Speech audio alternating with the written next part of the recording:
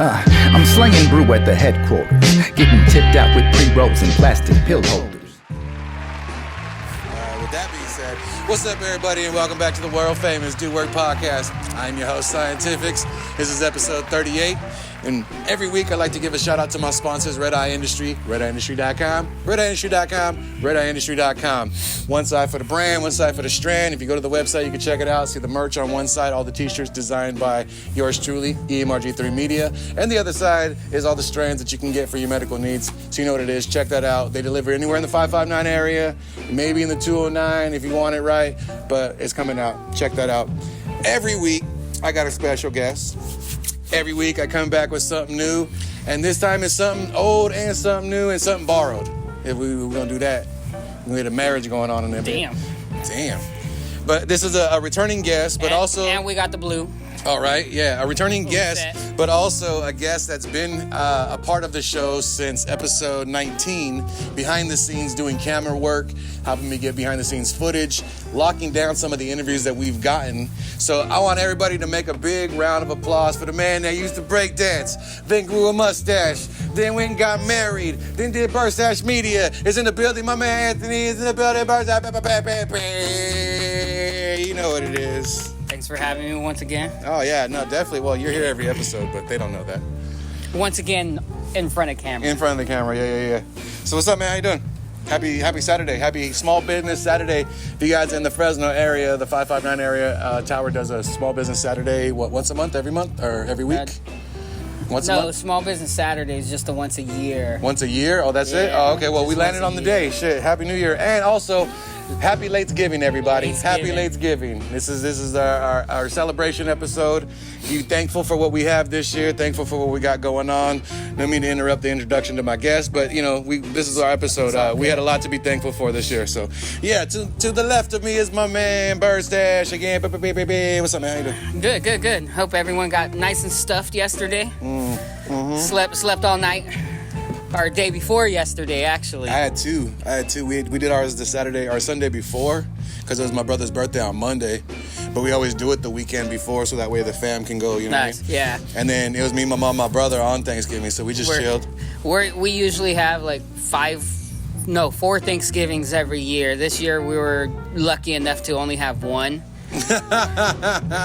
Because we usually have to go from Fresno to Sanger to Fresno to Madera, so it's usually a process. We never really get to sit down and enjoy ourselves. What's crazy, because that sounds like Christmas when you got to go to house to house to house to house. Christmas, it used to be 5 in one day.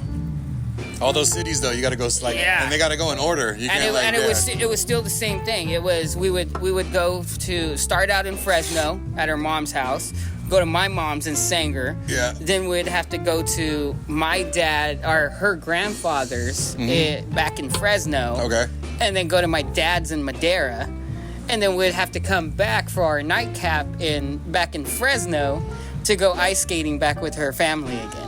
Oh, wow. You guys go ice skating every Christmas? That's tight. Okay. It's ice skating's a tradition that I like that. The end of our night, it's our nightcap, and we go down to Cowskate. Shout out to Cowskate. Or not Cowskate, Isoplex. Shout out Isoplex. Yeah. R.I.P. Cowskate. If y'all ain't been to Isoplex, y'all need to go. Yeah, that shit is fun as fuck. Yeah. Cold as hell. You can skate still when you're saucy? Yeah, you don't need that little thing? I fall a few times, but... you don't feel it. I'm drunk, so we're good. I know how to skate, that's why. I went with my oldest daughter, one time, and she was just like, okay, let's go. And she's kind of like this, and I'm all, what's up, bro? Going backwards and shit, like, hey. In high school, I thought it was cool, and I was an inline skater.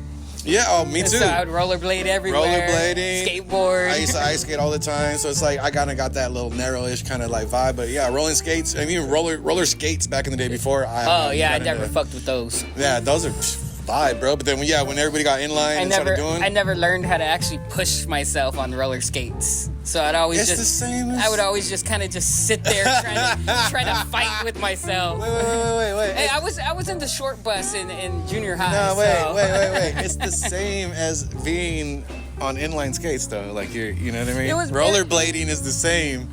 It felt like it was more of an effort. the stopper. Really? Yeah, The stopper fucked him up. No, I couldn't even get to the stopper because I wouldn't go nowhere because I felt like pushing was more of You were an like effort. this, trying to like scoot. I'm like pushing my legs out to go forward, but when I That's did it hilarious. was like I never actually moved. Well, shout out to Isoplex. Keeping my man on That place in the fam Place for is the holidays. jam. That's That dope. place is the jam. We've gone there every year for 12 years now. Dope. Hell yeah. Maybe missed like 1 or 2 years, but yeah, we've gone. Okay. So Thanksgiving was popping though. Thanksgiving was The good. one. Yeah. Okay. It was nice to actually just stay at one spot, be able to drink, hang out with the family, and not Safety have to first. not have to really worry about being rushed to go to our next spot. True. Also have to battle with the rest of the travelers that are all turned up too, trying to drive on the streets. Yeah. Safety first, you know what I mean?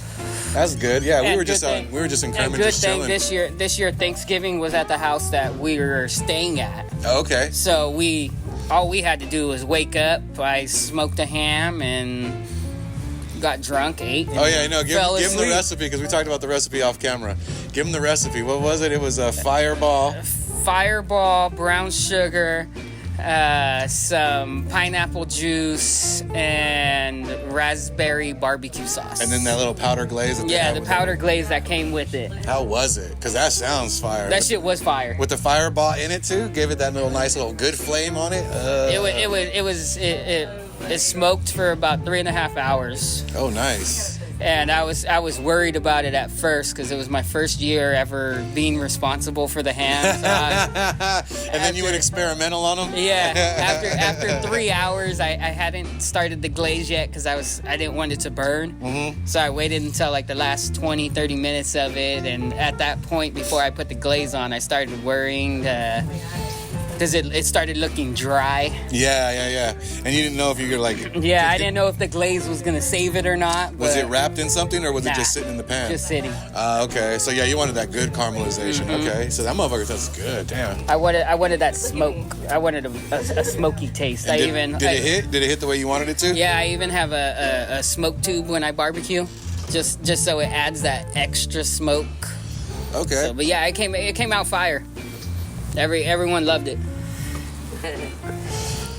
Hell yeah. Your Thanksgiving was good though? Yeah. Turkey, ham, same thing. We made the ham. It was like a little 8-pounder. Turkey, we had extra. We invited everybody over on the Sunday before my brother's birthday. That's how we were. We had a lot of extra. But everybody got the hit us with the sick bug. They're like, yo, we sick. So we said, just slide through, pick up your plate. You know what I mean? Be out. So it was that COVID rule. Yeah, it really was. The COVID birthday parties. The curbside pickup. Yeah. So my daughter came through real quick, picked up some, touched base with her for a couple minutes, and then she dipped out. And then my youngest was with her mom. And then me, my brother, and my mom. My brother works night shifts now. Shout out to James. Shout out to Rawsunn Photography, who's like you said, it was his birthday too. So we turned up a little bit. You know, had a little birthday cake and whatever. And then come Thursday, we already had everything. Yeah, my little sister's birthday actually landed on Thanksgiving this year. Oh, okay. 2 years ago, it was my wife's birthday on Thanksgiving. So that one every 4 years. Or 4 years. So that means Next year. yours is coming up or Yeah. just passed? Next year. It's so odd because her birthday's on the 23rd. Mine's on the 28th. And okay, so it's coming up. Next year it's hers. Next on Thanksgiving. No, but yours is coming up. Yeah, shout out to Junk in the Trunk Fresno. Shout out to Jug in the Trunk. Happy birthday. Happy early birthday. Shout out to my man Sear. Tonight it's his birthday. We're going to go see him at Goldstein, so you might get some footage of that. And you guys clip it afterwards. But yeah, we're going to go see him tonight. That's going to be lit. But yeah, that's dope, man, because, you know, Thanksgiving is that time where everybody slides together. And so, and just like James, so his birthday actually landed on Thanksgiving? No, Monday. It was on Monday. Oh, okay. My little sister's birthday was on Thanksgiving. Yeah. So when she showed up, right when she walked through the door, we had the family there and everything. So that's tight. Immediately, everyone started singing her happy birthday. My sister's was the day before Thanksgiving. Okay. My older sister. Damn, y'all was turning up. And then my little sister, that fool jamming. My little sister, that her birthday was on Thanksgiving. Her boyfriend's was the day before Thanksgiving. Oh, her boyfriend's birthday. Yeah. I thought you were saying her boyfriend's, and I was like, whoa, No, whoa. her boyfriend. Oh yeah, my bad. I was passing it to you. Her boyfriend birthday. So my little sister partied for 48 hours straight because she was partying for his birthday. Then at midnight it rolled into her birthday, and then Thanksgiving. Yeah. Tell me their birthdays, if they stay together forever, their birthdays ain't gonna be lit that whole week. Right. You know what I mean? That's a real birthday weekend. Right? Hey, what's up? Me and my girl got our birthdays right back to back, so we about to turn the fuck up. You know what I mean? Yeah. No, that's tight. Yeah. So Thursday we didn't do anything besides, we ate, but we just had to get the mashed potatoes for some more mashed potatoes, or the potatoes for mashed potatoes. And then my mom made her stuffing again, and that was all she had to cook. And then we had already made everything else, so we were good on that. So it was just like a quick little sit down, and then my brother ate before he went to work. He said when he got to work, they had a spread for everybody too, so he ate fat at work and shit, so it was good. That's tight. You know what I mean? I used to work at Walmart, and fuck Walmart. That's where he's at right now, so. Yeah. I can't say nothing, because... That's why I said it, because I knew he was there, but fuck Walmart. The thoughts and statements made on this show by Birdstash Media or Birdstash Media's and Birdstash Media's alone. I'll co-sign myself on that one, fuck Walmart. Motherfuckers fired me because on my pink slip it said associate was found talking to other associate on company time. You can't talk to people? Talking about work too. Whatevs. So fuck Walmart. Yeah, say it again. Yeah. Say it with your chest. No, but that's good though. Like, you know, we had the holidays pass by. When you guys see this shit, we got things coming up. Episode 50. Live at Full Circle Brewery, December 13th. It's a Wednesday, so you guys can get in and out early. It's from 6 to 9. Yep. So you don't even got to worry about being up late. If you want to do the after hours party, though, we might just end up sliding over here to Spokeasy, where we are today. As a matter of fact, I always tell you where I'm at. I didn't say it today. We're live at the back of Spokeasy again. Shout out to Garnia. Shout out to Narnia. He's a Gnarnia. Shout out to Gnarnia. Yeah. For always having us, housing us. You know, these guys have been helping the podcast for the last season, 2 seasons. This is the home away from home. Always. If we can't land somewhere with the artist or the guest, you know, we usually just pull up here, and we're regulars here, so every time we shot here, he's been here. Mm-hmm. The Big Dub video you guys saw, he shot that. All the footage that we had for Chet, all the footage for James, Fly Y, for James, for... You know, I mean, it was weird because James was in the sequence after the fact when you got here in 19, but we shot a couple of episodes back, like to mix shit. My first guest appearance, I guess, as you would call it, as being part of the podcast, was here at Gnarnia, and it was for BKR. Yeah, episode 19. Yeah. That was the first actual shooting some footage, and I just happened to actually be here that day. Yeah. And I was like, hey, what are you guys doing? Jacob was rhyming and doing his thing, and I was like, this is a perfect spot to get some reels at the time, and exactly ended up shooting them to you guys, and then after that's kind of when we linked up to start working together. Yeah, totally. And then we didn't present it until now because we had been doing so much work that I wanted to do an episode solely just based off of everybody that's new to the podcast. So Birdstash Media actually joined the podcast in September. Yeah. And actually, no, before that, because when we shot in July, because we shot Dr. Inc. was like the first real episode that you were part of, which is episode 29. So that was in July. That was the first actual one that I shot the entire episode with you guys. Yeah. And then from that point on, he's been a part of it. But if y'all haven't watched that one was fucking lit. Yeah. That was a good time. That was a good fucking time. And there was a video that was supposed to be shot, but we didn't get around to that because we got a little more saucier than intended to, you know. So we decided to cut production early that night, which tends to happen on this show. You know, we warn all of our guests, don't try to keep up with me because I'm having a good time and I'm hosting.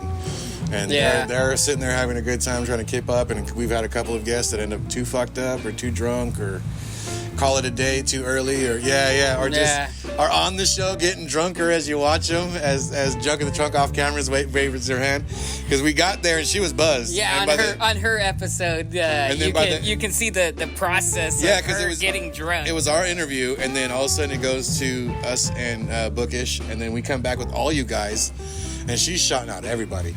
shout out, one more. Shout out to, and I was like, yeah, get it, girl. You tell him.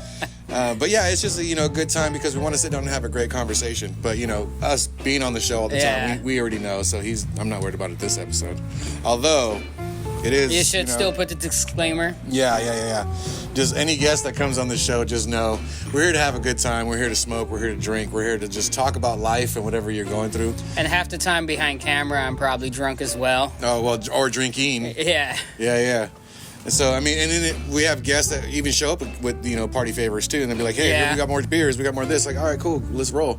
So, it's always a good time to be out there. So that's one of the things I'm thankful for. As a matter of fact, let's go through that. Let's do our top thankful things of this year. Right there will be some credits or some graphics. I'll have them pull up and shit like shit. Our favorite or most thankful things of this year. We'll go ahead and with my guest. I'll start with my guest. Well, what are some of the things you're grateful or thankful for this year? I would say top of the list to finally marry the love of my life. Aw, see, that's a beautiful thing. Was a thing that neither of us wanted to get married and had our struggles and. Mm-hmm. It was probably one of the best accomplishments in my life to be able to have her hand in marriage. See, I like that. On top of that, probably being a part of the show, getting back into videography. You're just trying to touch both of our hearts right now. That's what you're trying to do. Well, he's trying to win points. He's trying to win points. No, I see him. The getting a part of the show was my foot in the door to get back into videography. I have my background in videography, and I was that kid in high school. We had a media production class. Mm-hmm. So I was taking that all 4 years. That I ended up becoming like the TA to the class. Okay. I was the kid that always had a camera in my hand 24/7 for those 4 years of high school. And every rally. At the end, when they do the video yearbook, you're one of the reasons why they have that footage. Okay. Yeah, every rally, I would have the video camera. Sanger High was lucky enough to have that class and not the Apaches. Have all of the good quality equipment and teach you how to edit and shoot. And we had a live production every morning. Okay. Where you know how because I have like a morning news, like what's up with the school. You know how like you see on some movies, some high school movies where it's like they have it on the TV in every class. Yeah, everybody watches it. Yeah. It's over the loud mic or some people actually can watch it and go, hey guys, today we're gonna do lunches. Yeah. Yeah, and that's what we had, and because you guys were like not the video club, but like the videography film class. Yeah. Okay. Yeah, and our teacher at the time actually worked with Pixar. Who was your teacher? Mr. Padilla. Shout out to Mr. Padilla. Yeah. From Fresno? From Sanger. From Sanger. Yeah, shout out to you from Sanger, from the Valley, working for Pixar. Shout out to you. He's retired now, but he was teaching us. So when I was offered by you to start helping you guys film, it was something to be grateful for because I hadn't touched a camera in 15 years. Okay. I was doing the urban combats back in the days. Yeah, and I remember all that. And that's kind of where I got started into my videography. I was filming with Channel 18 too. I was one of the cameramen. Okay. And I was all about it, but for years, once I started doing the urban combat, actually, you know what? Urban combat is probably what got me to stop filming. Because they ended? No, because that was one of the events that I loved attending every year. Mm-hmm. And I was always on stage filming. I was always in the middle of the b-boy battles filming, filming the art outside. And it was like, man, I'm always behind camera. I never get to actually like just enjoy it. Yeah, okay, yeah. So one year I decided, okay, I'm not going to take my camera this year. I'm not going to film anything and just kind of enjoy it. And then that's kind of what made me realize, like, okay, well, I like to enjoy a lot of this shit. I want to be a part of it. I want to have the memory of it instead of the memory behind the lens. Yeah, you have to watch your memory. Yeah, so I wanted to experience it. instead of experiences through a lens. Yeah, exactly. Like a third party. Yeah, because you had that filter between you and life, like you and that life filter were there. Yeah. So I think probably second to the last I did that.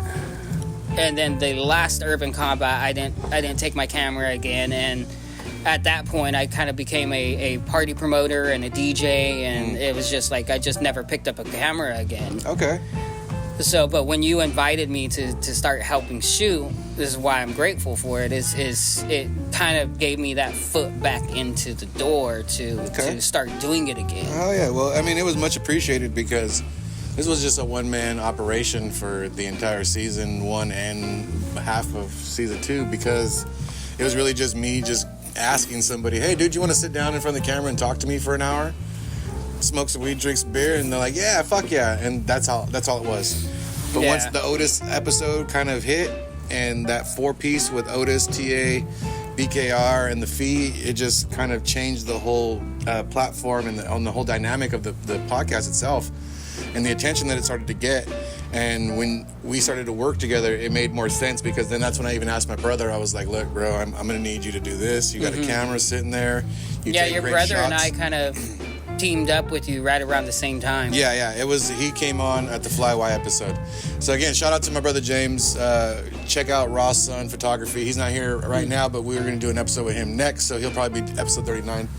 But yeah, it was great. I mean, I'm happy you guys came on board because really it was just more like, okay, now we can do, and I got to take off a couple of hats.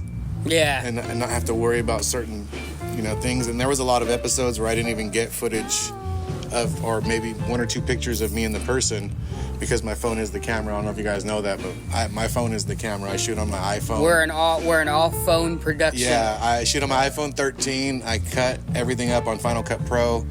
But it's just basically how you get your shot, how you get your angles, and really knowing your color scheme and how you want the image to look.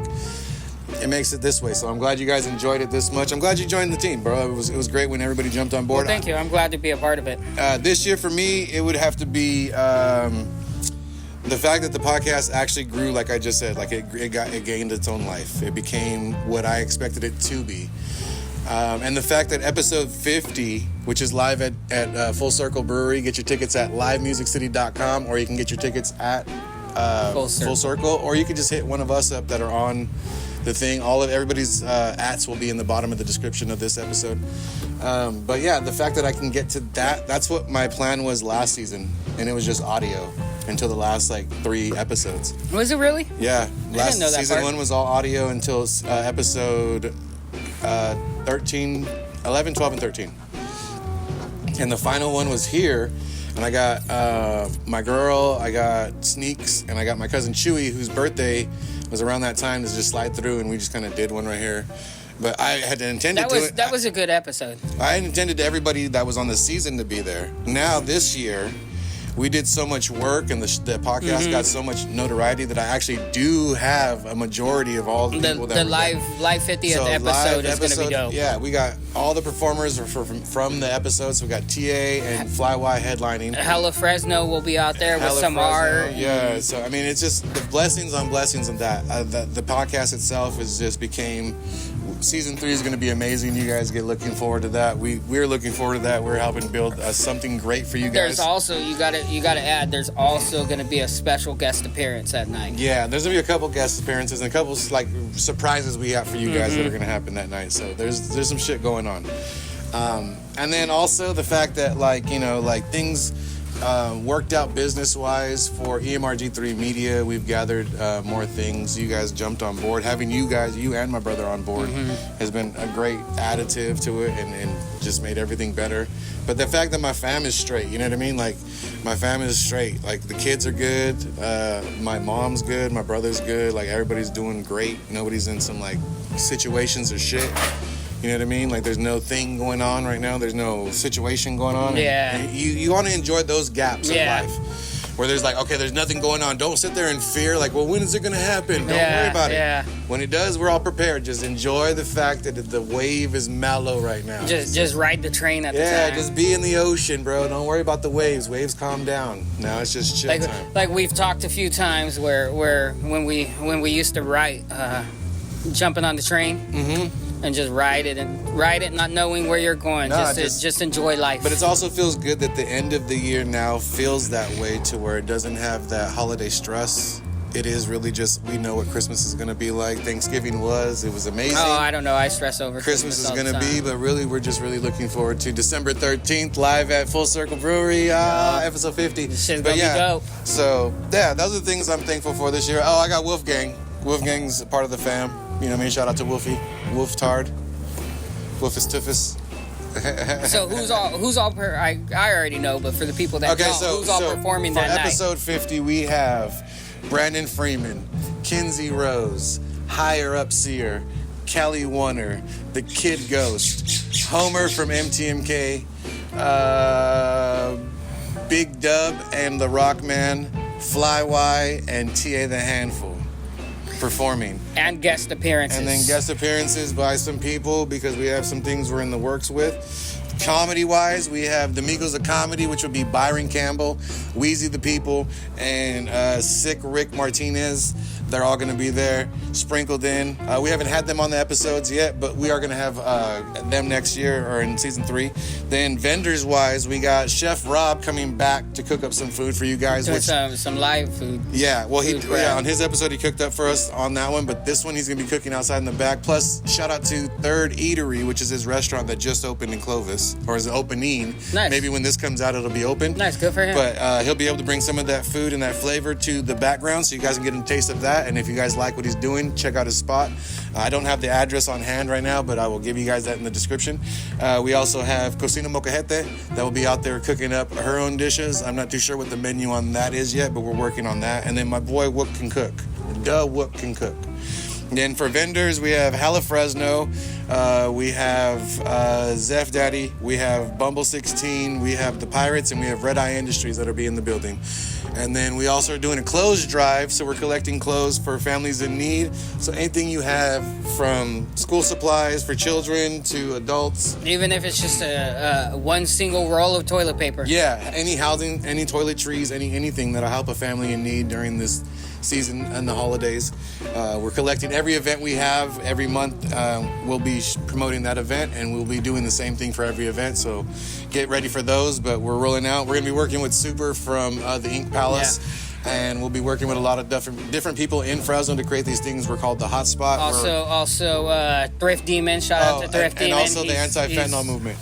Thrift Demon's going to be helping us with the clothing drive. So if y'all got some clothes to donate, stop by. You can drop it off at Thrift Demon throughout the entire time. If it's not an event, you can show up and drop some stuff off to Yeah, and also anti-fentanyl movement will be working with us, so they'll have stuff for packages if you guys want to pick up some Narcan or any information about it, and also be working with us to pick up clothes and donations. They do a community closet, and they usually do them around JoJo Land murals. Yeah. So if they held one in Fresno, those would be one of our hot spots. It'll be a community closet. We'll have everything from clothes to toiletries, books, all the things available for a household in need.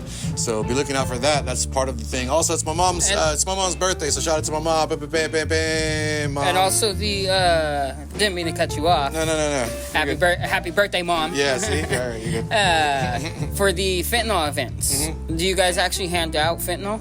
Or not fentanyl, my bad. No, yeah, so we got... not pass out fentanyl, but y'all hand out the fucking Narcan? Yeah, so they have donation boxes for it, but the Narcan is free. They have boxes and now cats can show up and pick some up just so that they can have it in their household. And they also have testing strips, so any party favor that you plan to choose, it has a testing strip, so you can test to see if anything that you have is laced with anything. And we want to make sure everybody's safe out there. Even though you can't tell anybody what to do, you can tell them how to do it, or at least show them how to do it safely. And it's a great place to come to get those type of things, to make sure everyone's doing it safely. As you can tell, I'm smoking and drinking, but I'm saying safely. If you're going to be doing other things, have a testing strip available, so you know that everything you're doing is okay and you're safe and everybody around you is safe. Yeah. And also have a Narcan on hand, just in case someone comes in with something that isn't what you guys have tested. Did you see that Clovis Unified is giving out Narcan in every single classroom? That's good. Yeah. I mean, it doesn't encourage anything. It encourages safety. Yeah, it's just when, safety. Like when people say, "Oh, if you hand out condoms, it encourages sex." No, it encourages people not getting pregnant. That's what it encourages. Sex is gonna happen. You're just saying, "Hey, dude, cover up." So if you're gonna be out here partying at raves and doing everything else, be safe. Yeah. And if one of your friends happens to come into a poisoning situation, because that's really what they are. Because they're not overdoses, you know. You overdose when you're taking too much of something. You take something that you don't know is there, that's a poisoning. So have something available to be able to help them. It's just like if somebody had an allergic reaction, it'd be the same thing. Good to have some test strips on your coat. You know what I mean? There's nothing wrong with too. having your security kit have an EpiPen and a Norcan. You know what I mean? Yeah. Everybody has some sort of thing that needs to help them if something happens to their body. You should have that on hand. Yeah. So that's what we're doing for the 13th. We want to celebrate the fact that I ended last season with only 13 episodes. And I'm ending this season with 50. So, a lot of work was done. A lot of conversations were had. A lot of great people were here. We talked about a lot of different things. I had some great guests this year. Yeah, I did. Yeah, we did. It was, and then I'm glad that everybody took to the show and also felt like this was a platform to come and express whatever they were doing and say, hey, I want to get on, or I would love to do the show. So, shout out to all my guests. Shout out to everybody that's been around for this season. Yeah. Shout out to all the new guests that are going to come up for the remainder of the season, and everybody in season 3, because we got some big things planned for you guys out there and you guys, the fans. You know what I mean? I only do this shit because you guys keep watching. For you beer drinkers, we got something that is in the works that we're trying to. We're about to take a break. We'll be back in a minute. It's the world famous Do Work podcast. I am your man, Scientifixxx. This is my guest, Birdstash, in the building. You know what it is. 3s, nah.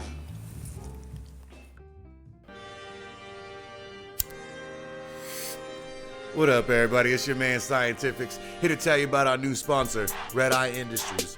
RedEyeIndustries.com is the place to go to find all of our merch, tinctures, flowers, wax, drinks, and anything you may need for your medical uses.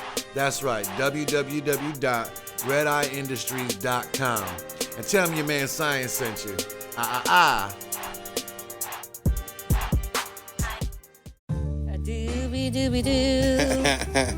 Hey, what's up, everybody, and welcome back to the world famous Do Work podcast. I am your host, Scientifixxx, back with my special guest, Birdstash, in the building. I had to take a little restroom break, got another beer. Matter of fact, let me fill this back up with my, what is it? I don't even know what I have. Metalhead? Machine Head. That's a great fucking song. Got a machine head. Better than the rest. A machine head. Blue to green to red. You gotta use that voice. Who was that? Bush or Bush? Radiohead? No, it was Bush, right? Bush, yeah. That was a great fucking song. Bush's whole first album was pretty fire. Yeah, so welcome back, guys. Before we go to the break, we're about to jump into something. He was trying to sneak in the information, so I had to cut him off. But in season 3, we're going to be having a branch off episode, new podcast that we'll be presenting. It'll be called It's 559 Somewhere. Play off the words, it's 5 o'clock somewhere.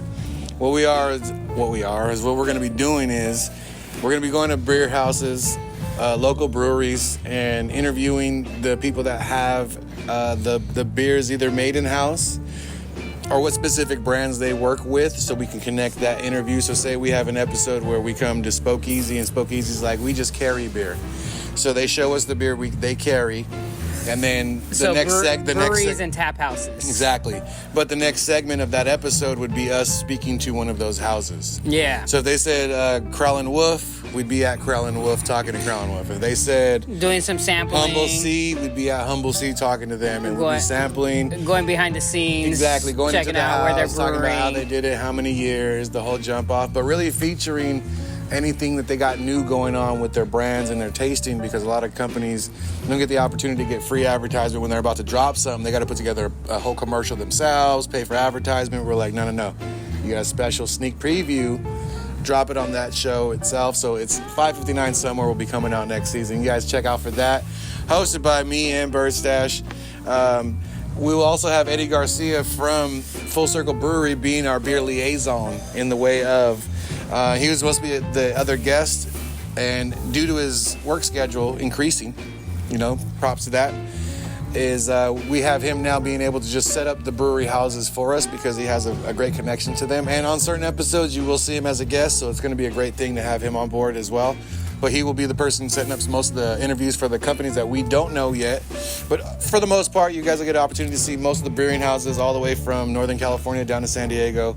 We're getting close to the border as we can on each part of the state. And y'all want to come out and join us? And yeah. You're more than welcome. You know what I mean? We're going to treat it like man versus food kind of thing. You know what I mean? Come out and just, if you see us in the spot, feel free to jump on the podcast. Say, I've seen you guys before. This is great. You know what I mean? So that's going to be coming out next year. We'll make sure to let y'all know where we're going to be for the next one. Mm-hmm.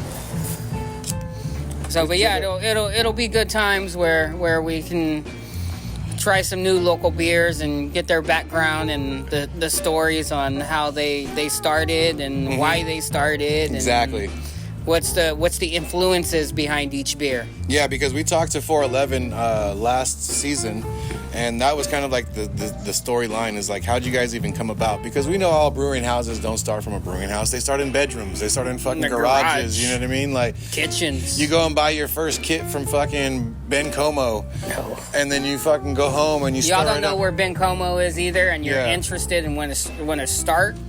Go stop by Ben Como. It's right next door to. Oh, did he move? Mm-hmm. Where's he at now? Where's that? The new Ben Como, I'm not too sure where it's at. I know the one used to be on Olive. We'll look it up and we'll add it to the description. Yeah. It used to be on Olive and Palm. Yeah, and what it was next door to house, Tower. and then we started working. Or Tioga, yeah. And they started doing stuff with the Central Valley Warthogs or something like that. It was like a brewing community.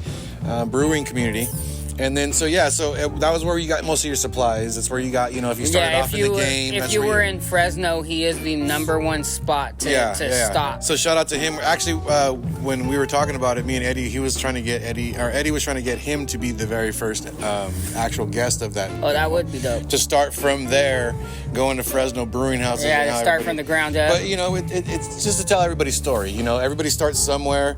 And not everything is like, oh, I got all the money and then I got all these houses and then my brother went to fucking brewing school and then we learned how to do. No, it was like trial and error. Your friends got diarrhea, your friends got gas, your friends got drunk, people threw up. Added too much carbonation when you opened it, it exploded. Yeah, you left it in the freezer too long, or the refrigerator, it fucking started to yeast over, whatever.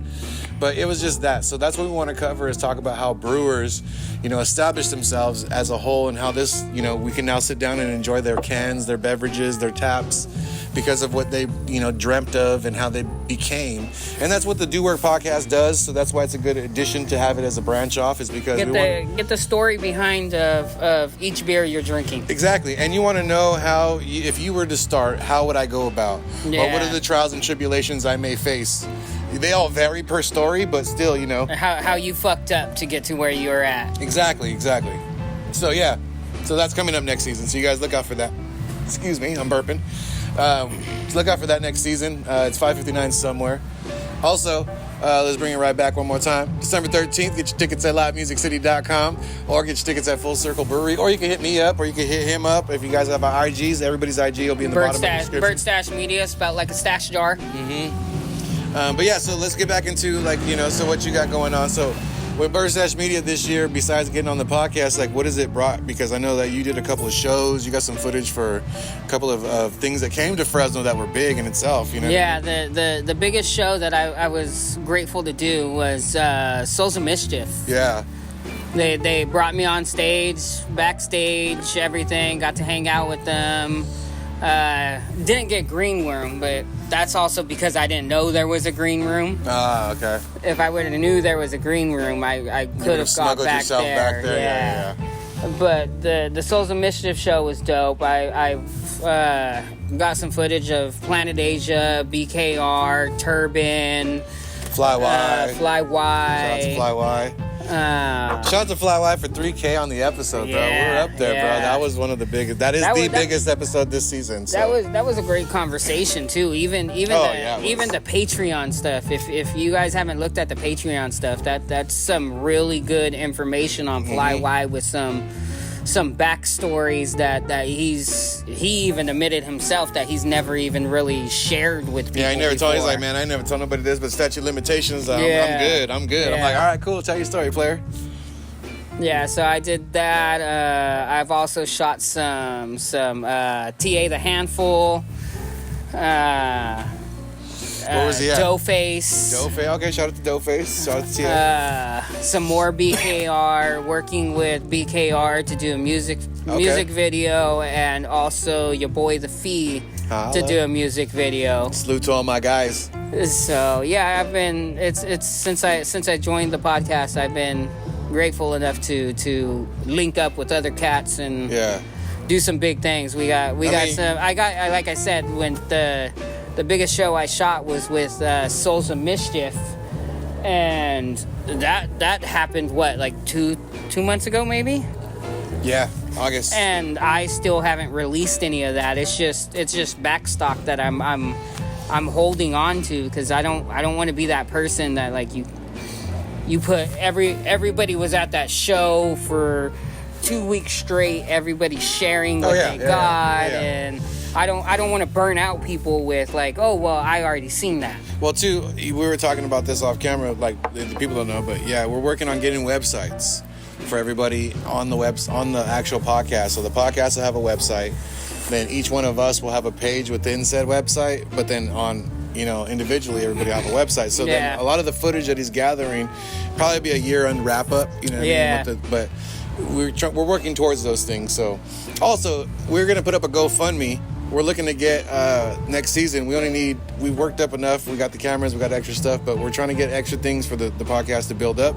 So we're going to put up a GoFundMe.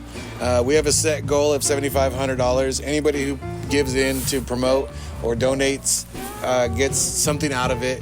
The listing will be, how much when you donate, how much you get back. If you're a company, though, and you donate anything, we give you promotion throughout the year on the podcast. We give you an individual commercial that is 30 seconds long. We're giving back to the people. We got merch available for everybody that donates. So those things are going to be big. So if you guys want to donate to that, we'll put the link in the bio or the description for you guys to check out the GoFundMe. We want to make sure that Fresno is now viewed on a light that it hasn't been viewed on. Exactly. Like, we want to come with the right media content. We want to be able to be on the level of what a Vice episode of something would look like, and be able to do a podcast but have just the right things to it, So I'm putting this out there, and hopefully it can get back to him. We're trying to link up with Jerry Dyer. We want to get a conversation with him. Yes, I don't agree with some of his politics, but would love to sit down and just have an actual conversation with him. No, you don't got to agree with anybody to sit down and talk to him. Just a real conversation. Yeah, I mean, and true, Jerry Dyer, if you would love to, I'm pretty sure this podcast will come across you somehow. If you see it, we would love to have you on the platform. The thing is, we just sit down and talk about people's progression and growth through everything. Don't worry, you're not going to get grilled on anything that the media has put out. I don't worry about that. I worry about meeting you as a person and talking about what we've done. Just a conversation of what you're doing for Fresno, with Fresno, how you are as an individual. But here's also sidebar.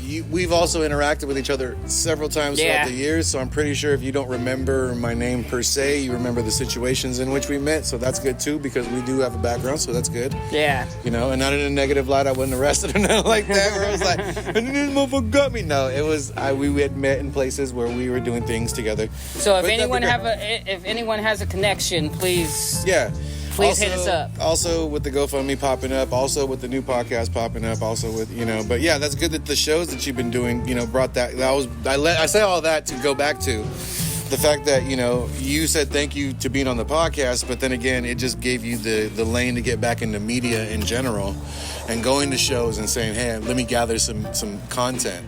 Because you've been to these shows. Yeah. So you go to stuff all the time. Yeah. It isn't like you've never been. You've just decided to go, all right, you know what? I'm going to start living the life through the lens again a little bit. Mm-hmm. But we were speaking off camera.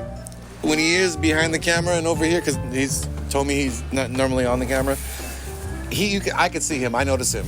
That he's doing stuff with a motion shot. He's getting a lot of action shots. But he's also looking over the camera. He's not looking through the camera anymore. He gets a shot, but then he's like watching. I want to get that good shot, but also want to keep that present. Memory for myself. And it's great that you were able to grow that this year and get your love back. You know, one of the things that really got you going through just this podcast. And again, I'm appreciative because of that.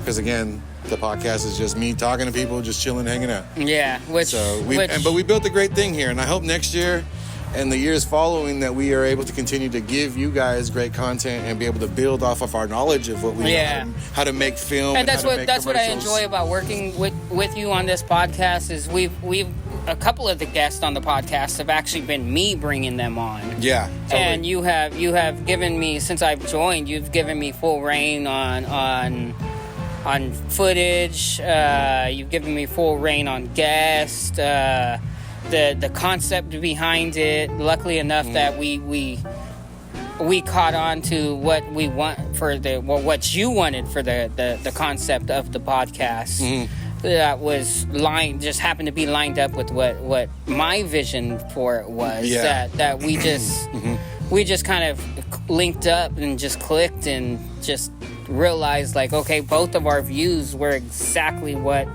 this podcast should be and what we would love for the podcast. And I enjoyed the fact that you had the knowledge of going, I've worked in film, so I know what television shows look like. Yeah. I know what edits look like. I know what shots we need to make those edits.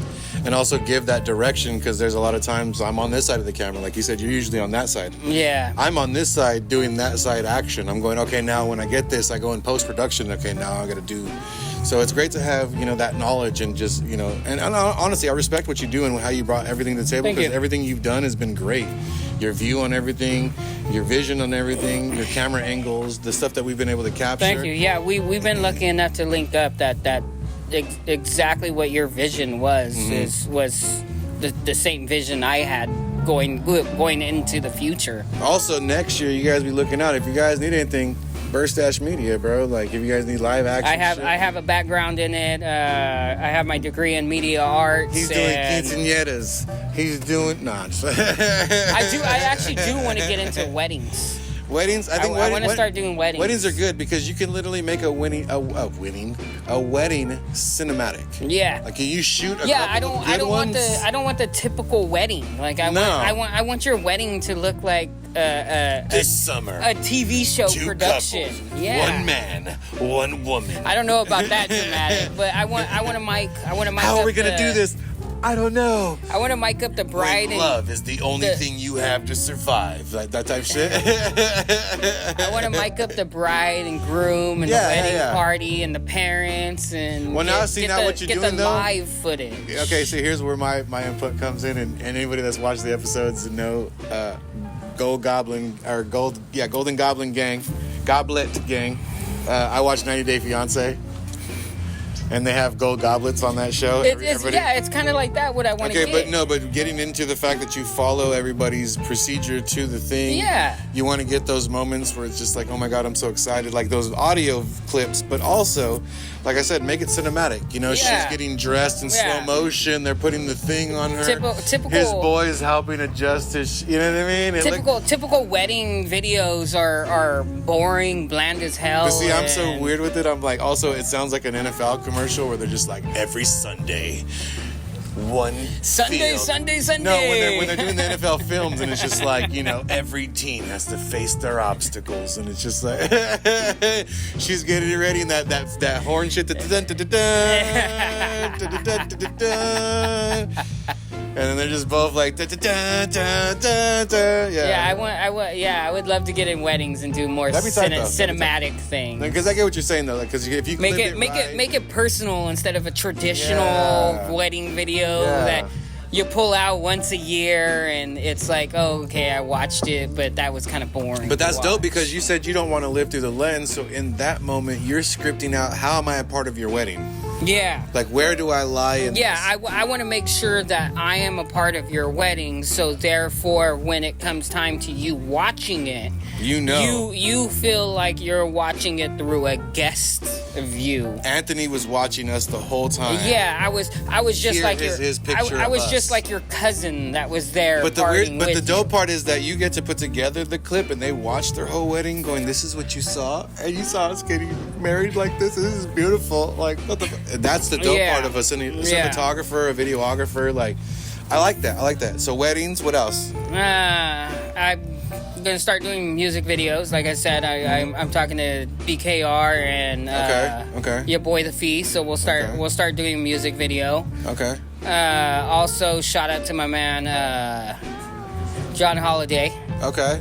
For Holla. Holiday the 13th. J Holla. We're gonna be on his podcast coming up this week. We're gonna geek out on the new episode or the new series. The whole series of Goosebumps. Oh, the whole thing. You're getting a recap. A recap. Are you gonna do like segments of like break down the whole, or are you just gonna like chop it into like the whole series and just sit down and all together? Wow. How long is that episode gonna be? We're not sure yet. However long it takes. Because I mean, you're talking about how many episodes? It was 12, 10, it was 12? 9 or 9 episodes that are what, an hour long? 9, I think. And an hour each long? episode's an hour, yeah. Okay. And then you're going to sit down and break down everything that happened in it and talk about it. That's going to be 3 hours. Well, an hour times 9, that's 9 hours worth of footage. And you're going to, those are episodes. Yeah. That's like at least 3-hour episodes. We also talked about other seasons coming up. Whatever season we're into. What's the name of his podcast? Holiday the 13th. Holiday the 13th. Okay, yeah. Shout out to everybody. Check that out. Go to your. Where is it streaming everywhere? All podcasts. It's on just YouTube? Spotify and YouTube. I believe. Spotify and YouTube. Check it out. And then I believe he's also on iTunes. Okay.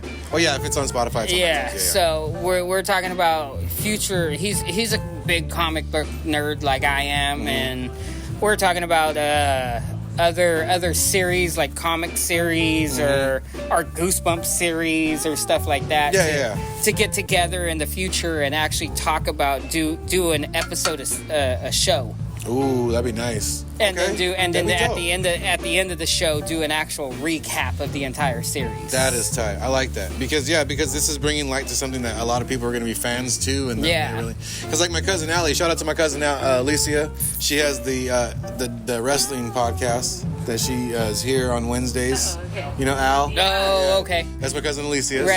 Shout out to Al. Wrestling Wednesdays. If you don't know what that is, come to Spokeasy on Wednesday. Yeah, and they host wrestling here. Yes, they do. And one of the ultra patrons that'll be there, it's always a huge fan of wrestling, is Populous, which you can see his artwork right here, hiding behind sitting in the toilet. You know what I mean? So shout out to Populous. We'll have him in the bottom. You can follow him at his IG. But yeah, that's dope because with building with that, also with the sidebar of that too. Shout out to Jacob's podcast, BKR's podcast, The Gas. Yeah. They talk about beers and drinks and stuff like that. So we get that great conversation with everything too, and things start to expand. Yeah. Because now you have more platforms to walk into and be like, oh, I can help you guys with. Yeah. And that's what I'm excited about. I'm one of those people that I love to have a platform where I work with great people, and then those people get opportunities because everything is coming to the table. Because I'm getting opportunities from what you're bringing. Like you said, you brought some guests that I would have never been able to touch. I didn't know them like that. Yeah. I knew Che, but I didn't know Che. Shout out to Che. I didn't know James from Vintage. Shout out to James. Same thing with James and the episode of the Thrift and Vintage Expo. Yeah, that episode, and then Che's episode, and then Hella Fresno. Yeah, those are 3 big ones that were back to back that kind of tied into each other. But it was great to have them aboard, and I wouldn't have been able to sit down with them because love you guys. Now that we've met, we're all friends. But I reached out to you guys prior to and nobody hit me back. Jen did. Shout out to Jen from Hella Fresno. Jen hit me back and was like, I was trying to book something there, and then she was like trying to get me in to talk. We didn't get an opportunity to. Too bad she didn't want to be on camera. She has a lot. She had a lot to offer. She was in the middle of making another design for another great person in Fresno. I saw her patches that she did for the Nothing But Violence or the the Media But Violence or whatever. Yeah. Too much violence in the media. Whatever the fashion thing is. Which you can also follow her and Hella Fresno. Mm-hmm. Snitches get stitches. I thought it was sketches 2 stitches. Oh, sketches get stitches. No, sketches 2 stitches. Is it 2? Yeah, because they draw Really? something and then My bad. Yeah, it's sketches 2 stitches. And then also, if you want to follow her, it's wonder.with.me. And if you want to follow him, it's Hallet Fresno, or OG Roski Doski. Yeah. And then My bad. That's me misinformed. But also, shout out to my people. Get stitches. Oh, get Sketches. Okay, sketches get stitches. Okay, so I thought it was sketches 2 stitches. Okay, both of us were wrong, but right at the same time. Shout out to we're giving all these shout outs. Yeah, Shout out to Junk in the Trunk Fresno for during our research, Yes. our research team making sure we stay on point, you know what I mean? But yeah, so that's dope. And then so now that all this is going on too, like you want to get into that. You said weddings, maybe, turtle watching. I really want to get into music videos. I'll stalk that turtle though. You know what I mean? Because think about it. They're fascinating. No, but literally think about this. You watch shit on like Animal Planet or like Neo Geo or whatever, Nat Geo. You know what I mean? Those camera guys get paid a lot of money. That whole project is like $22 million, and that one camera guy is at least making 100 racks just to be in the safari for like a month and a half. The goal is to travel and do videos. Yeah, definitely. But as a videographer, as a cinematographer, or as a director? Videographer. I would love to travel as a videographer and get footage. My biggest love is to film more than anything. Mm-hmm. I got the background in editing. I can edit things. I can put everything together. I can do all the audio. I know how to bake cookies. I can master the videos and master the audio. That's what that sounded like in my head. I could do all this. I could make cookies, bitch. Like what? But I know how to cook eggs, bacon, cookies. Overall, I love just to film. Yeah. Like I love to try to get that aspect of somebody is there with me, even though you're not there, which is why I love getting more action shots. Is it okay? So this is what I've gained too, also from film. I love giving somebody the vision of what I saw, even though they were there.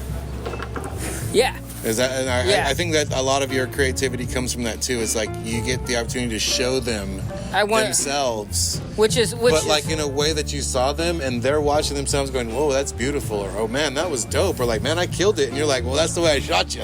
I mean, you kind of were looking all like, no, I'm just playing. Yeah, I would. Like that's the joy for me is like for another for music video. Yeah, because you edit. For the music awards. You do the clips, you do this. Yeah, okay. For example. Shout out to him for episode 35. All of the footage that was shot that night was shot by him. And to me, the best 2 parts, and there's no takeaway from anybody in the night.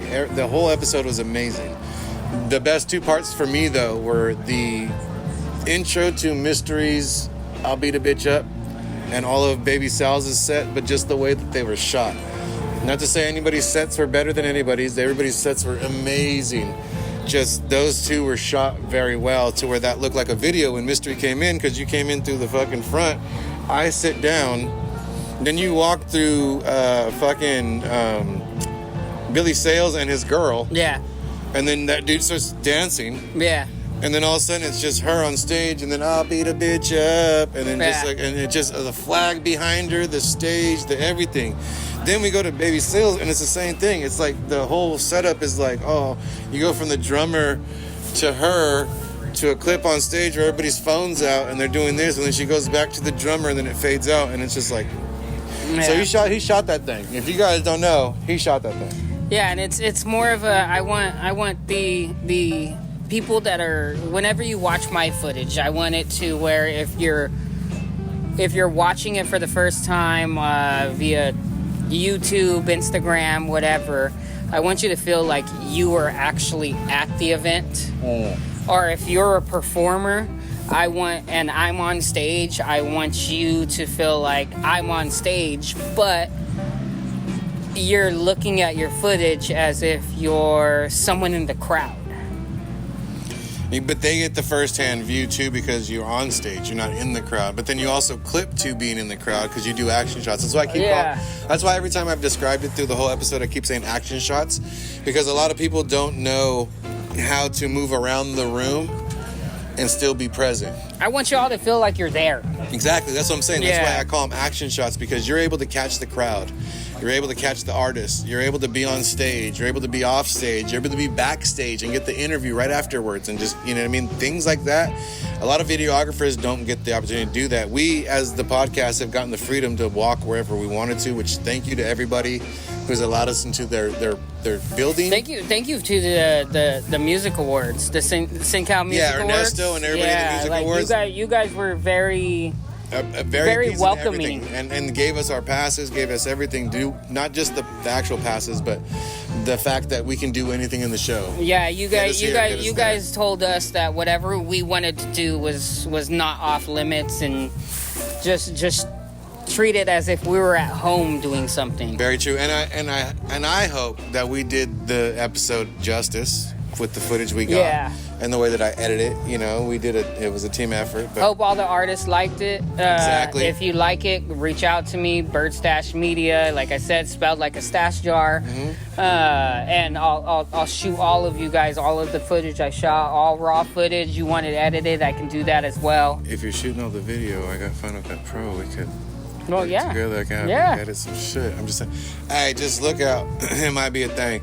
But yeah, and then on top of that, now next to that, so that's what you want to look forward to next year. But what else do you want to do? What do you plan is next? Or is it just enjoy the holidays? Right now it's just episode 13. It's enjoy the holidays. The only thing that I have coming up that I'm doing is, like I said, holiday the 13th. We're going to talk about Goosebumps. Mm-hmm. Other than that is the podcast that we have until the end of the year, and then on top of that, episode 50 at Full Circle. But other than that, get your tickets at www.livemusiccity.com. Other than that, I don't really have anything planned. I just kind of look at it as I'm just taking life day by day. Well, the good part is, I'm doing the same thing, and you guys should enjoy this too, because I'm hoping you guys as fans are doing the same thing. That this year's holiday season is kind of just one of those things where you're in that space that it's like, okay, I can throw my holiday however I want. I can participate in whatever holiday I want with other people at that time, or I could just be like, and do my thing. Well, with the podcast, we're doing that. We're flowing out of the season real nicely because it came in with just subtlety. And we're going to walk out the same way. We're going to do a big show for everybody and make a grand exit, but it's still going to be subtle, just like thank you guys very much. We're going to do a live stream, so it'll be streaming live on Instagram, right? On Instagram, on the TWFDWP page, which is the World Famous Do Work Podcast IG, and my page, the_study_of_life. Damn, that's a mouthful. Yeah, I want to change it, but I've been promoting everything this year under it, so if I do right now, it'll fuck up all the tags. It's a mouthful. Because if people tag it like next season and they go to click it, and then it doesn't take them to Well, no, but I'm saying when I change it, I got to change it in the thing, so the dessert. So I like it. It's the study of life. But yeah, so you guys can check that. And but yeah, with the growth of it this year, I didn't want to go so ham to be like, oh, we're gonna fuck, you know what I mean? Like, let's go, we're big. No, we're still where everybody's at. We love you guys. Well, yeah, so much. to go with the podcast, to go from 13 for the first season to go to 50. Yeah, that's a huge jump. So we're out here putting in the work. We're like I said earlier, we're trying to put Fresno in a limelight that Fresno is not used to. Yeah, really. Everyone is so negative about Fresno. And that's another thing too, is like when I said, making it a content thing where it's like Vice. So you guys are watching a podcast that looks like something you would be like, oh, that's from Fresno. I'm proud of that. And no diss to any other podcast that's in Fresno. I love everything that everybody's doing. Mm-hmm. But everybody has a different direction and a perspective of where they want to go, and that's respectful. I'm just saying this podcast, next season, we plan to be on the level of where you would watch this on a channel. Yeah. And it's a YouTube thing, or it's just a Spotify. It's a podcast, but a production. It's a production, yeah, because we want to make sure that our knowledge is being used in the right way. When I was a sound engineer, as I still am, but when I was focusing just on music, that was my objective, was to make sure we made the best sound, the best music, and we did. Now that we're in video, it's like, let's make the best content as we can, and we will. I used to do, when I first started, I used to do, and originally that's how I started with Urban Combat, is I used to do documentaries. So I actually had sadly the reel was lost, but I had a documentary of Urban Combat, and it went from KFSR to the radio station at Fresno State. So then you got footage of us freestyling. I would be in there with. I keep telling him how many times we've met in life, and he's like, "Oh, probably," and I'm like, "Dude, if you were at that thing, we've already determined that we met like 25 years ago." Yeah. And then met like along the line every single time, but never was like we met each other each time. Like, hey, nice to meet you. We were always just within the same circle. We just didn't see each other for a long time, and then he's like, "Science," and I'm like, "Anthony." It wasn't until there's a Spider-Man meme where you're just like, "Is that you? Is that you?" Yeah, it wasn't until the episode that you had me on promoting Birdstash, and you had Junk in the Trunk Fresno and Bookish and Orange, episode 15, Orange Limner. Like, it wasn't until that, and that was like 24 years. Yeah, almost. Yeah, because that we realized that we actually knew each other, because you that night you actually told me that you were at my 20th birthday party at Waldo and DeMarco's house. Yep, because my cousin Flip lived with Mondo, and Mondo and Flip went over there because they were going to DJ, because SHAQ was going to DJ, but SHAQ didn't show up. And SHAQ was there that night. Okay, so SHAQ did show up. Because SHAQ and I actually had beef that night. That was the first night that I met SHAQ. Shout out to my cousin SHAQ. Rest in peace. That nigga had beef with everybody. Yeah, he was an asshole above assholes, but he was the greatest DJ. He was the greatest DJ. But he was also a great fucking guy. Yeah, no, he was. He was a great fucking. If you got to know him and Pumba Funk, like you met some fucking gems of Fresno. You really did. And I want to do like a revival, because he passed away right after Christmas. It's on the 27th, and I want to do like some sort of like see, that was your cousin, and I was at his funeral, and like we've been in the same spaces. Yeah. And it was weird to just be like, oh, we sat down and realized it all at that actual meeting, because we were outside having a cigarette, and I was like, DeMarco and Waldo? Yeah, no, I was there. And you're like, no, yeah. I was like, yeah, and SHAQ is there. And you're like, and SHAQ. I was like, that was my birthday party that night. I was like, yeah, SHAQ's my cousin. You're like, SHAQ, I was at SHAQ's funeral. I was at SHAQ's funeral. I was on stage. That was my birthday party. Okay, and also Mikey Ice's cousin. Yeah. That was both of our birthdays. Okay, so when we were at the funeral, I was at the table on stage with all the cousins and everybody when they handed out the pamphlets, the magazine. I did all the shit. I was on stage at his funeral. But yeah, shout out to my cousin SHAQ. Shout out to the world famous motherfucking SHAQ. Pumba Funk too. And like Funk. If you're from Fresno, you know who Pumba Funk and SHAQ were. SHAQ, Pumba, and DJ Herb, and the whole collective that they were. DJ Herb. But you know what I mean? But you got to give them when they came up. I love that cat. I love that cat. He's cool people. But yeah, Pumba and SHAQ, dude. Those guys, rest in peace. They passed away a year from each other, and that was crazy. That was crazy. Yeah, it hit us all really, really hard. And it was like, because you have to understand, like, when any city has like that club, or every club has like, oh, the DJ, right? They were those DJs. Those two were always the house DJ, the hip hop DJ, or the trap DJ, trap techno, whatever. Even if it was a goth night, you would still find them DJing at a goth night. Together or by themselves? Separately. No, I'm saying together or by the Yeah, either way, they would be there. So they were a part of the Union Crew, and Union Crew was one of the first people in Fresno that were throwing the raves, because they broke out of like the party scene, because there was all these party scenes in Fresno, party crews and shit. I don't want to get into names, because if I miss somebody, everybody's gonna be like, how come you didn't shout me out? Because I know everybody, but there was party crews, and then all of a sudden it went into like the house DJs. The DJs were trying to like lead the push. Then they started breaking their ways into radio. And Pumba and SHAQ is what kind of started the rave and house music scene in Fresno. Yeah. So if you got like you say all the time, you got to give people their flowers. Yeah. They both deserve their flowers because they were kind of the pioneers. You can look at them as kind of the godfathers of Fresno rave. And here's another reason why I give SHAQ so much props. So on it's statute of limitations, so we can talk about this now. On the side of his house, he lived by Fresno State. I know what you're. On the side of his house, he had a fucking antenna. That huge ass antenna. And we pirated airwaves. Yeah. We pirated 100.7. 100.7 was his channel. There was nothing broadcasting. But and the cops were looking for him for a minute because of the radio station. Because we would run it like a couple of hours a night, like certain nights, just a couple of hours just to make sure that, the FCC didn't catch us. Yeah. And then, I'm saying this right now, don't FCC, if you're watching, this is a long time ago. We ain't doing this shit now. Statute of limitations. Talking about years ago. Yeah, they just, didn't they just hit 10 years? From what? When they passed?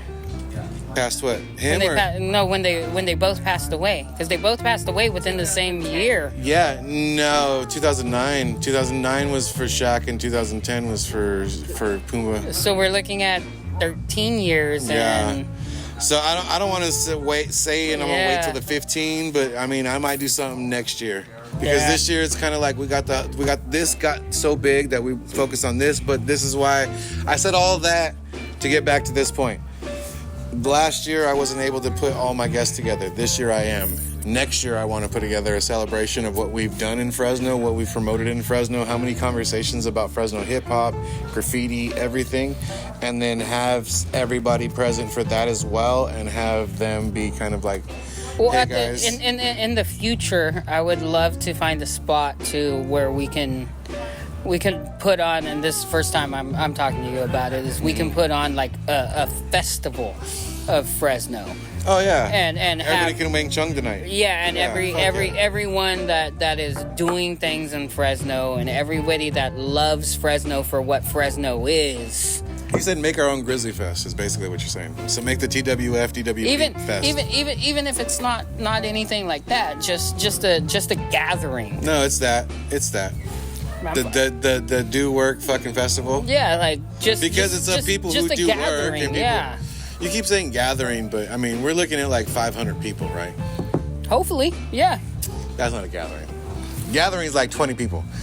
Gathering is like dinner. Like, hey, let's have Thanksgiving. Well, I've always because when there's 50 people in your house, you're like, God damn, there's a lot of people here. You know what I mean? That's a gathering. When I was a party promoter and we had like 100 people, I would always describe it as like it was cute. Yeah, because 100. That's 100.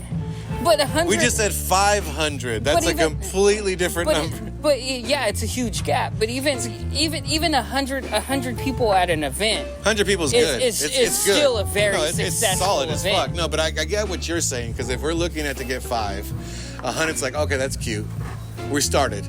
People were talking. Like no, we got 100 people there. It's about to be lit. Like 100 people is it's still fucking popping. Nah, fuck that. If 100 people show up to anything, no, I'm just playing. We're doing something wrong. I was about to get. We are doing something wrong. I'm just saying, hey, dude, look at this. If 50 people show up to the world famous Do Work 50th episode, I'm not happy. Gotta be 100. If you had 100 people there, deal. www.livemusiccity.com. Or go to Full Circle, get your tickets. Or December 13th. Hit one of us up and you can get your tickets. I got the matter of fact, my backpack. Where my backpack at? Right here in front of me, in this pocket right here. This one with the netted. Yeah. He's got to reach for his purse. Nah, nigga, shit. Look, right here. Let me take the rub. If you guys want any tickets, hit me up. Hit him up. You know what they look like? They're at Full Circle. Get yours now because they're gonna sell out quick. I printed 200. Do we have any here at Spoke that people can purchase? No, but I'm gonna leave some here for Spokes today, so they can purchase them here at Spokeasy. So go to Spokeasy or Full Circle, get your tickets in physical form. If you want to get one of us, we get it to you physical form, or go to livemusiccity.com and get your online ticket, and you can show up. But I'm just saying, I printed out 200. And then online, we have a limit of 450 because that's the capacity in Full Circle. So you might as well want to get your tickets now because they are going, bro. Like, they are going. Everybody's excited about this. That's why I'm so excited about it. I'm glad I could bring it to you guys again. Like we said, too, we got a very special guest that's going to be showing up. And the next couple of episodes, like we're getting to episode 40, in the next couple of days, and we're dropping these ones coming up. So you're going to hear about it every episode. But I'm just telling you guys, get your tickets now.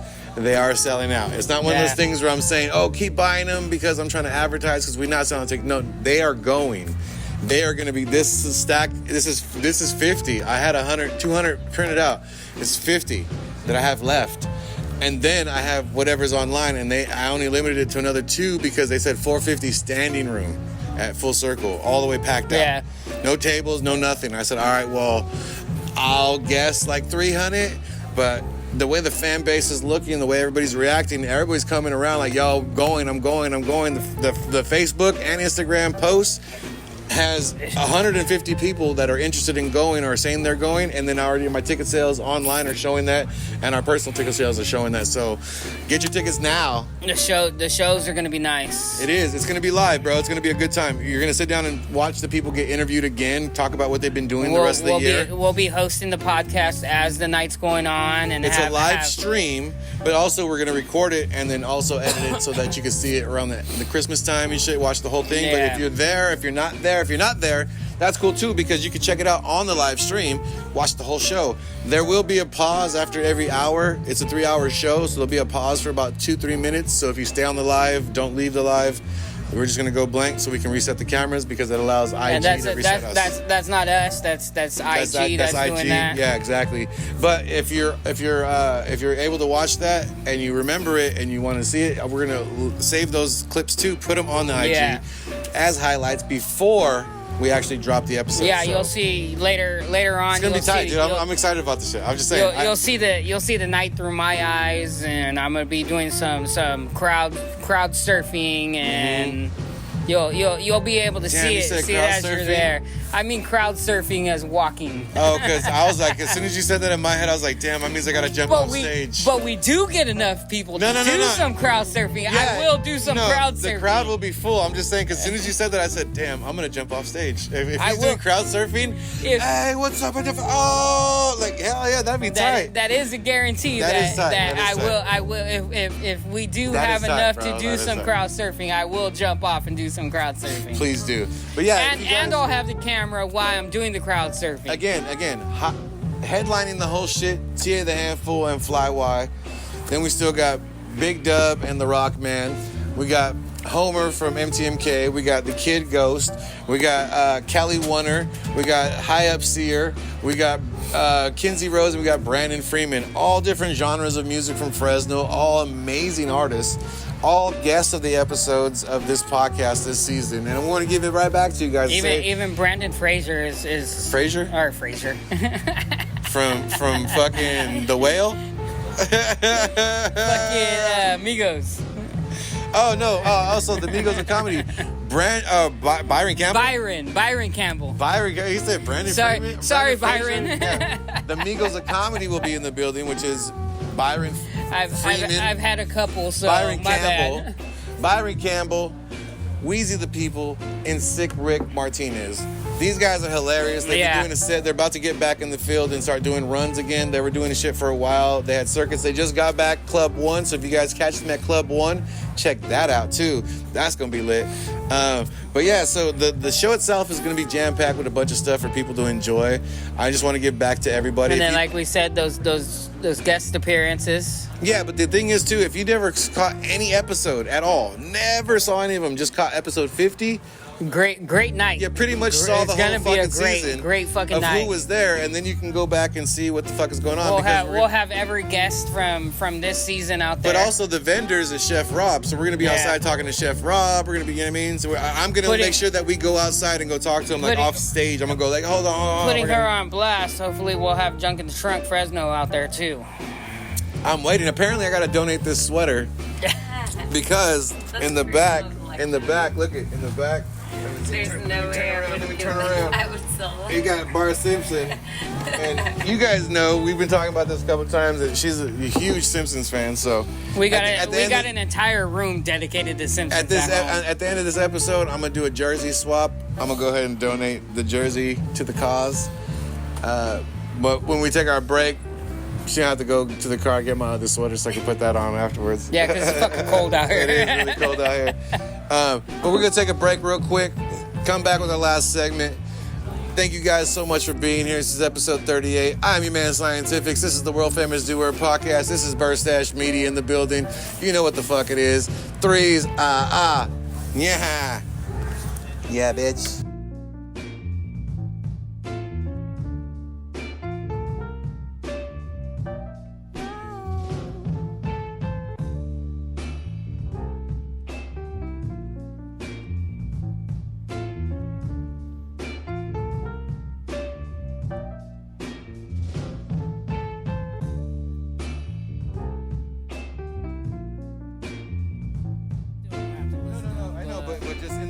Like if we're in this, like, you know, like don't let someone else bring you down. Yeah, in a DJ realm and an artist realm and an anything realm. Like it's just like from him, I got fuck these people. Like I did. Like I just walked in. This room was dead.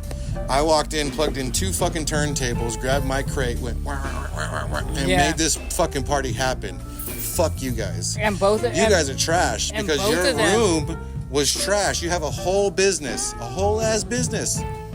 And guess what you had to call for fucking Wednesday to be popping, or Thursday to be popping, or Monday to be popping? And both of them were excellent at moving a room. Yeah, but they did it differently. They knew They did it differently because Pumba was more like a reserved and a cool person. SHAQ was an asshole in your face. But Pumba, because he had like a picture of like Newcastle. No, you're right. You're right. Pumba was one of those people that like he was closed off, shy. Yeah, but he was an introvert at heart. But if you got him behind turntables, he moved the room. You knew who Pumba was, and you wouldn't. That was the dope part about both of them is that like you knew when both of them were on, like on the tables, whether you were in like looking at the DJ or not. You knew when they were both on because they both had a style. But then they also had a certain technique to go from one pattern of music, like techno or house, to hip hop, to back to, which is like the early stages of trap house, which I feel like it was. Pumba actually shined later on. A couple of closer towards his passing. Pumba really got to shine when he was doing his circa nights at Starline. But that's the thing too, is like sidebar to that is that, you know, it was the passing of SHAQ that made everybody go harder because everybody was like, you know, in memoriam of SHAQ, we're gonna go harder, as the union, we're gonna do more shit that's bigger. And Pumba, a lot of that was on him before it was on Juice. Yes. Because Juice is like SHAQ's prodigy. Like, like shout out to DJ Juice too. If you know Juice does everything. And that fool does football games. That fool was on B95 for a minute. He streams live. Like the whole jump off. Like he's a great DJ. But Juice is SHAQ's prodigy.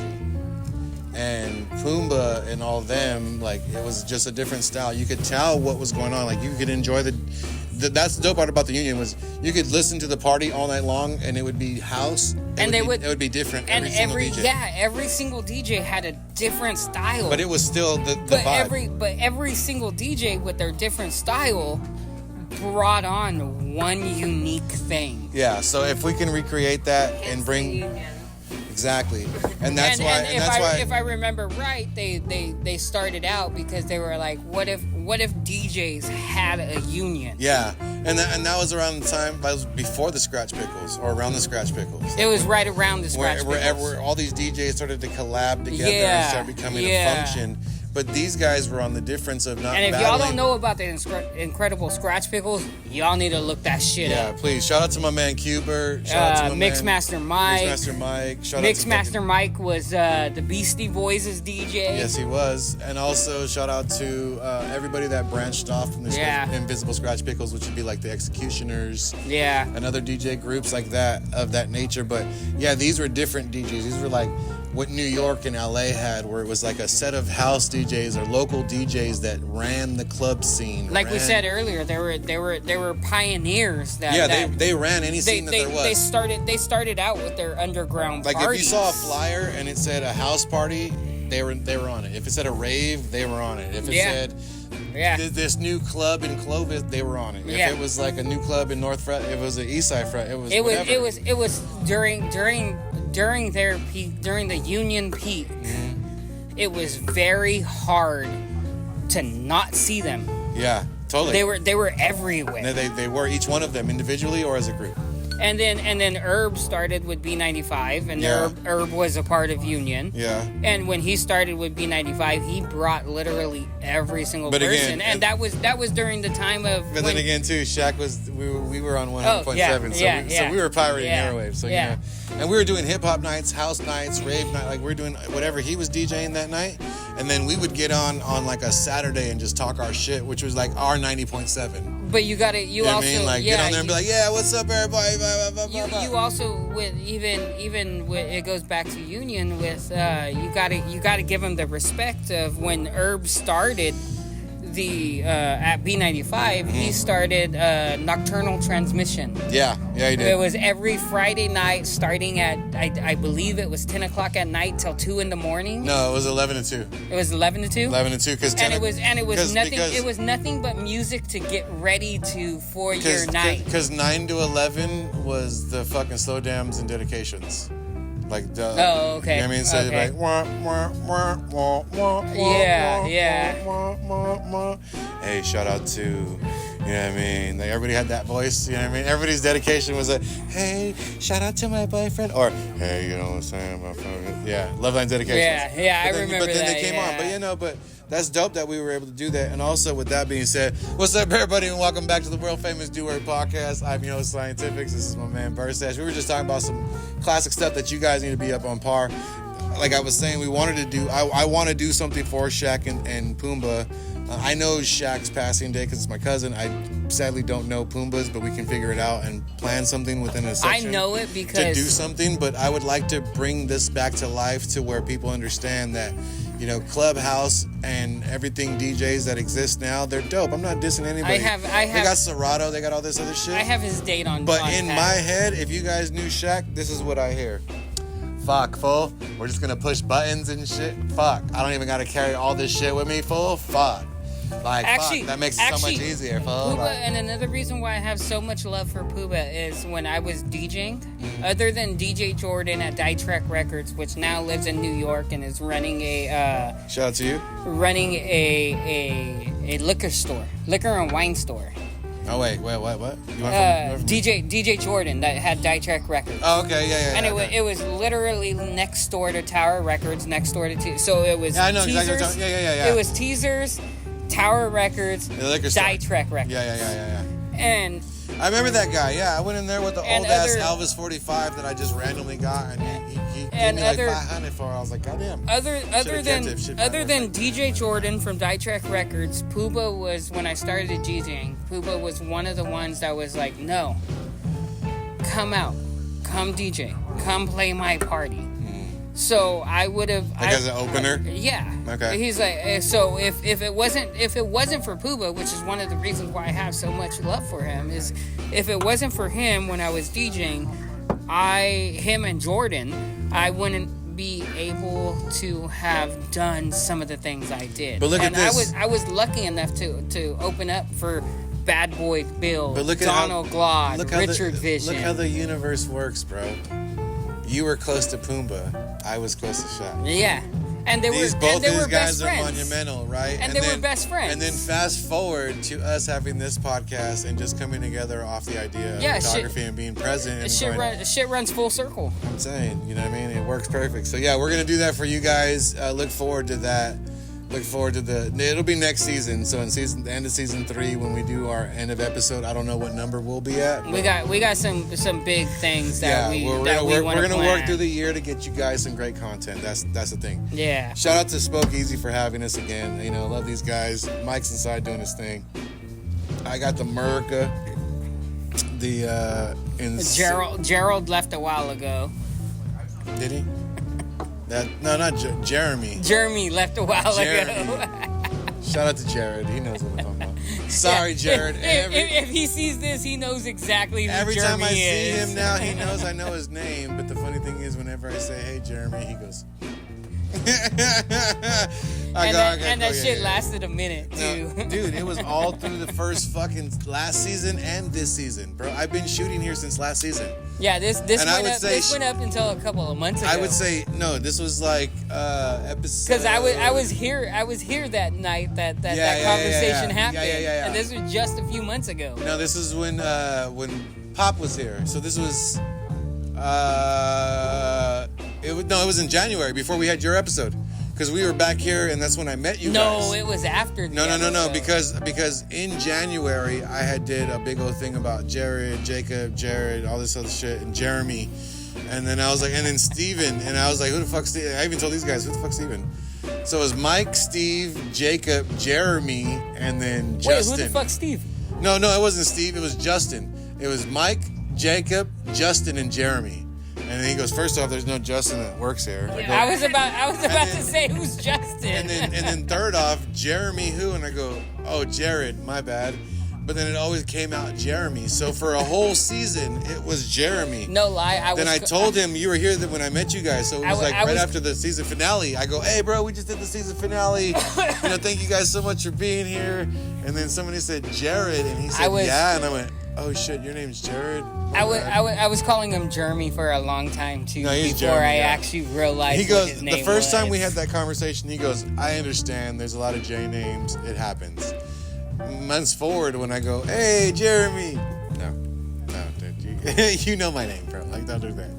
There's no excuses at this point. I've corrected you enough. But shout out to fucking Spokeasy. I mean, they've housed us for so many things. The beauty of us having growth and being able to be somewhere whenever the artist doesn't have somewhere to be, or the business itself, or just having a smooth conversation. We always pull up here because we love this place. And I want to thank those guys for being here. And we love it. For us. We love it because if you've never been here and you want to go somewhere where you get that Cheers vibe. You get that Cheers vibe. By the end of the night, if you came here even by yourself, by the end of the night, you are going to be in a conversation with every single person that has been here. You will make great friends here, and everybody will know your name at the end of the night. Yep. That's exactly how this place is. Exactly. It is. It really is. So that's why we come here often. This place is a family. Thank you to Mike, Jared, and Jacob. Those guys are thank amazing. you. Thank you for that safe space where everyone can come and just end up being best friends and exchanging phone numbers. And really, I've met so many people that just want to kick it. Like, oh, that's so cool. Like, what's up? Yeah. Smoking something. Like, hey, you want to? Yeah. I mean, drinking, whatever. Yeah. Ganarnia has been a good place. Ganarnia is a great place. It's a great place. It's a great place. Was there anything else you want to say to these people before we get the fuck up out of here? Other than I love y'all. Thank you for supporting. Continue supporting, and hopefully we get more supporters in the future. And if everything goes planned, keep in tune because we got some special things coming up. Yeah, we do. Yeah, totally. I personally want to say thank you guys for being here for my Latesgiving. I want to say thank you guys for watching every single episode this season. I look forward to seeing you guys in person at Full Circle, December 13th. Get your tickets while they're available. Again, like I said, they're running out. It's gonna be an awesome fucking night. I'm not even trying to gas you. We have 450 capacity standing, and the guy said we can move every single table out this bit. they're selling. So catch yours. It's going to be lit. I'm so thankful to all my fans. I'm thankful for all the people that are fucking supporting the people that were on the podcast to be at that live shooting. It's going to be a live show. We're going to be able to fucking stream. We're going to be able to record. We're going to be able to have a good time. Great beer, great friends, great community. You know what I mean? And also, just a great season in general. If you guys don't get an opportunity to be there and you guys watch it on live or whatever. You want to come out and network, you'll be able to network that night. Yeah, and if not, watch all the other episodes. It's been a great season. Season 2 has been amazing, dude. Every episode I keep telling everybody. It's been a blessing. It's been great, dude. So, you know.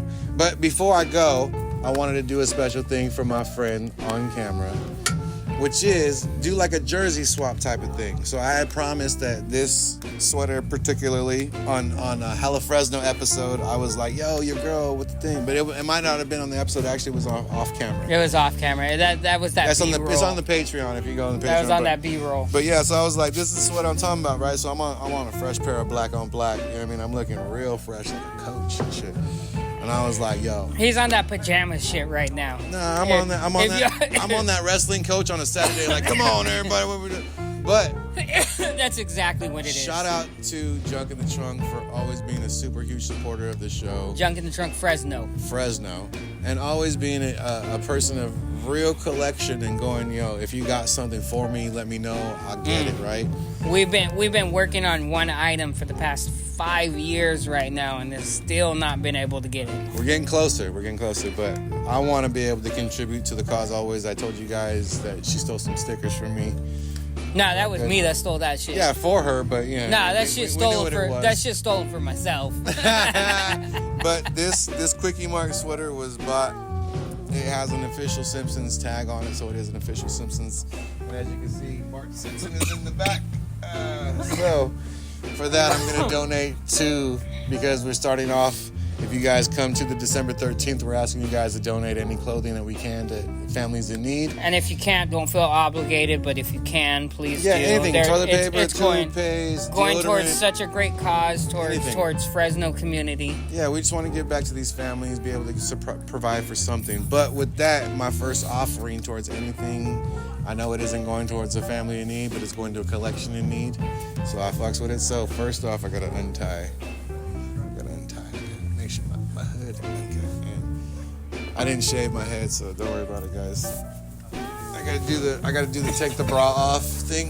You take your bra off inside your shirt so that my boobs don't show. Oh, I show my stomach. So you're gonna have to get on camera for this to get it. Oh my god. You're gonna have to get on camera. So this is the hoodie that I'm giving to Junk in the Trunk. You gotta get on camera. You gotta come sit down. Come sit down. Come sit down right here. I'm gonna put on this right here.